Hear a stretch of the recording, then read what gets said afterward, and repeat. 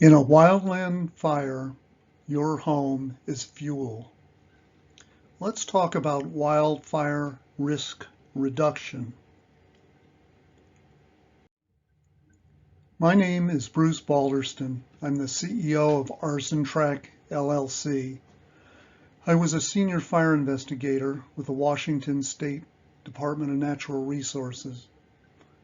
Also the fire prevention officer investigator with the State of Alaska Fire and Aviation Division, and a fire management assistant with the National Park Service at Big Bend National Park. My national wildfire qualifications include Fire Investigator, Incident Commander Type 3, Task Force Leader, Helicopter Manager, Strike Team Leader, amongst a number of others. Let's talk about some fires in Texas. In Bastrop, Texas in 2011.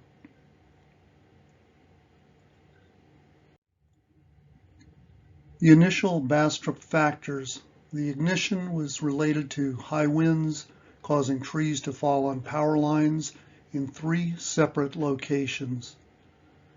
Factors in the spread of the fire were extreme, persistent, and shifting winds and hot and dry conditions. Additional factors included insufficient immediate response resources. The Bastrop fire losses included 2 lives lost, 1,692 structures, and 34,000 acres burned. The Rock House fire in Fort Davis, Texas. The Rock House fire factors included: the ignition point was faulty electric connection. Factors in the spread of the fire were continuing significant drought, and additional factors included county judges interfering with burning operations.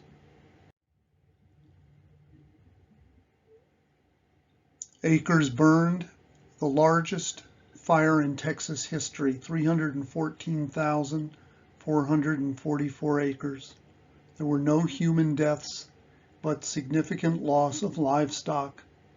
Structures lost were 26 homes and 2 businesses.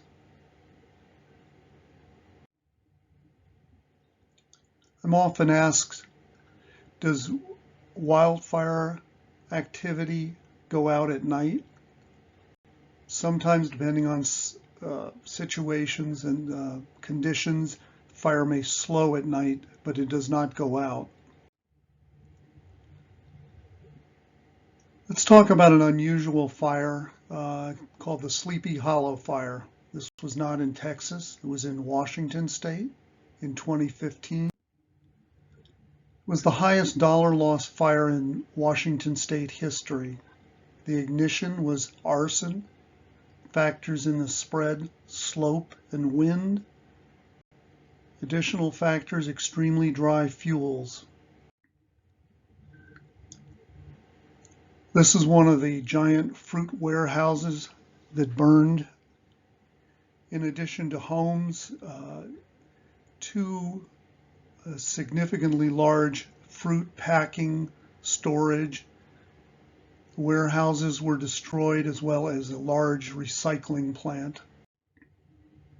The fire cause was incendiary or arson. The losses exceeded $100 million, including homes and businesses. The factors were heat, wind, and slope. Let's talk about how a fire starts and spreads. For the start, you need temperature, relative humidity, and fuel moistures are the 3 factors. For the spread of a fire, you have wind and slope issues. And for the intensity of a fire, you have fuel loading and fuel continuity. Let's talk about temperature first.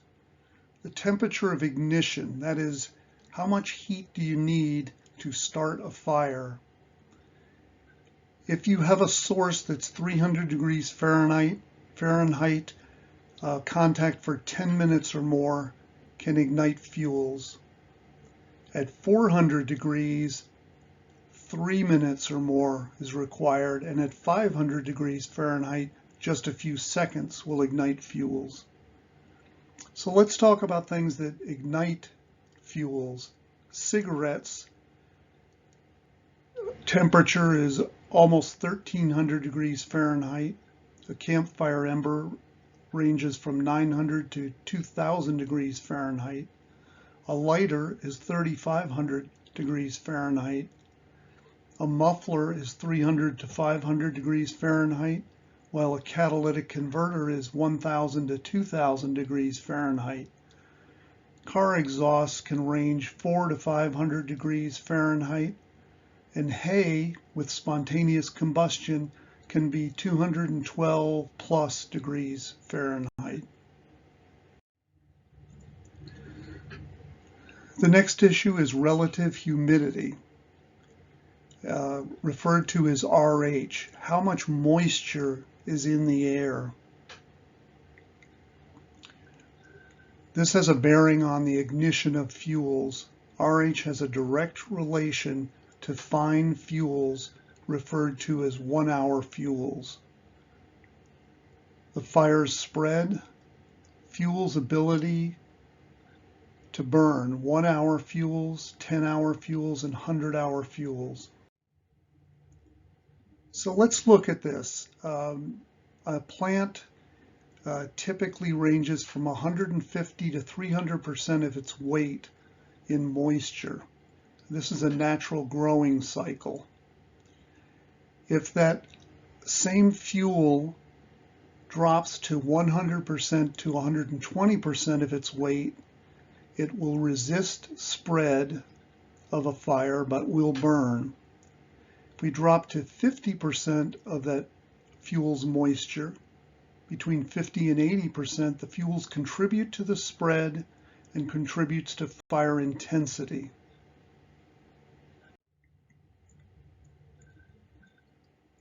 So let's talk about your property risk. The first risk is topography and fuels. And with topography, there's wind and slope to consider. With fuels, it's fuel loading and fuel continuity. So wind is a big, big driver of fires. Right now, the fires in Hawaii primarily spread by wind. Slope. If you look at slope, grass around your home, with a slope of 0 to 20 degrees, you shouldn't have grass within 30 feet of your home. If your slope is 21 to 40 degrees, that figure goes from 30 feet to 100 feet. With shrubbery, shrubbery should be 100 feet or more from a house at a 0 to 20 degree slope, but when you jump to 21 to 40 degree slope, that increases to 200 feet or doubles in distance that's safe from the house. So let's talk about fuel loading. This is an aerial photograph of an area of Wilson Street in Sanderson, Texas. You see the homes and outbuildings on the left-hand side of the screen, fairly heavy fuel loading close to these structures. Whereas on the right-hand side of the screen, for the most part, the density of fuels near these buildings, which are homes and outbuildings, is much lighter. Fuel continuity. Again, this is in Terrell County, Texas. On the left of the screen, to the left of the road, you see the fuel is fairly dense and continuous. On the other side of the road, the fuel becomes a little sparser, not quite as continuous. However, if you look at the oil storage tanks in the center lower part of the screen, there is a line of very dense fuel directly along the, looks like the property line of where these fuel tanks exist. So this is fuel continuity. If a fire starts on the left-hand side of that road and jumps the road into the fuels that are very dense along the edge of the oil storage area, this is continuity of fuel that can contribute to significant damage to this facility. So let's talk about fire causes. What causes a fire? A lot of people will say, well, I'm not worried about fire in my town. There's no way a fire is going to start. So let's look at these fire cause categories. Some of them you may be very aware of, others you may have not thought about. Lightning, campfires, smoking, debris burning, incendiary or arson, equipment use, railroads, and children. There is a miscellaneous category that encompasses power lines, fireworks, cutting, welding, and grinding, blasting, firearms, structures, glass refraction and magnification, spontaneous combustion, and flare stack or pit fires. Let's get real about wildfire response. I'm also told quite often, I'm not worried about a fire in town. We have a fire department. That's great.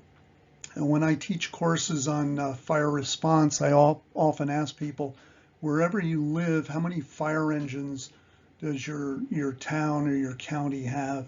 And how many first responders do you have to use that equipment?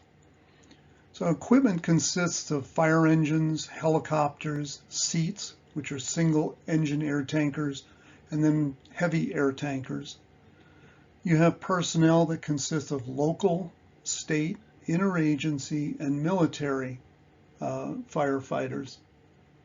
For outside help, you have to consider the response time and the availability. If you live in a small town, let's say that has 200 homes, and you have 2 or 3 fires break out, are there enough pieces of equipment to respond to all of those fires? Are there enough people to operate that equipment? Let's look at something that's a major factor in serious fire seasons, and that is drought. So in the state of Texas, you look at the drought indicators here, and Terrell County, Texas, where I live, and this is an extreme drought in February of 2023. In March, according to the Texas Forest Service, it would drop down to moderate drought. And if you look at the history of fires, this is from the Texas Forest Service. Last year, 2022, there were 12,411 wildfires in the state of Texas. In 2011, when I was a fire management assistant at Big Bend National Park, Texas experienced almost 31,000 wildfires, about 2.5 times the number experienced in 2022. I'm often told by people too, well, I'm not worried about wildfire. I can get out there with my hose and if a fire starts, I can just walk away. Here in the desert, which is grass and desert shrub, flame lengths can reach 8 feet and can consume 3,000 acres in an hour. A fire of this magnitude can travel at 4.5 miles an hour. So I challenge anybody that's familiar with desert travel to get out and try to walk at 4.5 miles an hour. There are only 3 ways to put out a wildfire.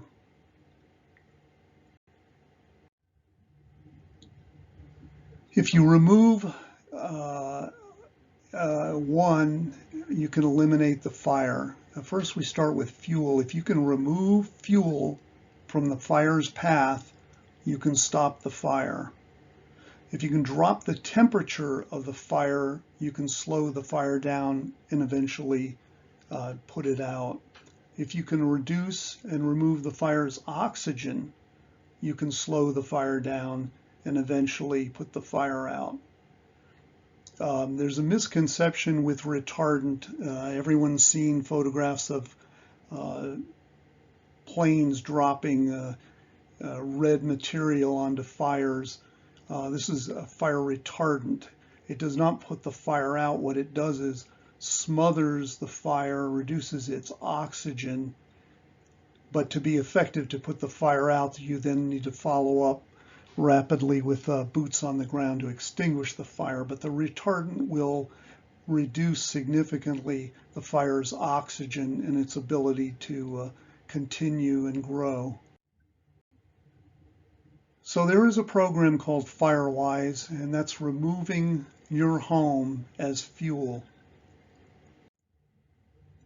In the FireWise model, there are 3 zones around your house, and some of the zones may include your neighbor's property, but the immediate zone is 0 to 5 feet, which is directly next to your house. The intermediate zone, which is 5 to 30 feet, and then the extended zone, 30 to 100 feet. So in the immediate zone, there are a number of things that you can do. Make sure there isn't shrubbery next to your house, that there isn't dry grasses, there aren't tree limbs approaching the soffits on your house that can set the wood on fire. In the intermediate zone, looking at trees, groupings of material. And in the extended zone that can reach out up to 200 feet, the removal of dead and down material that can spread fire from even off your property onto your property into the closer zones and eventually deliver it to your house. I often tell people or ask people, how many matches does it take to burn down your house? And the correct answer is it can take just 1. So all you need is an ignition source to set fuels on fire that can carry fire to your house or deliver embers from a fire to your house.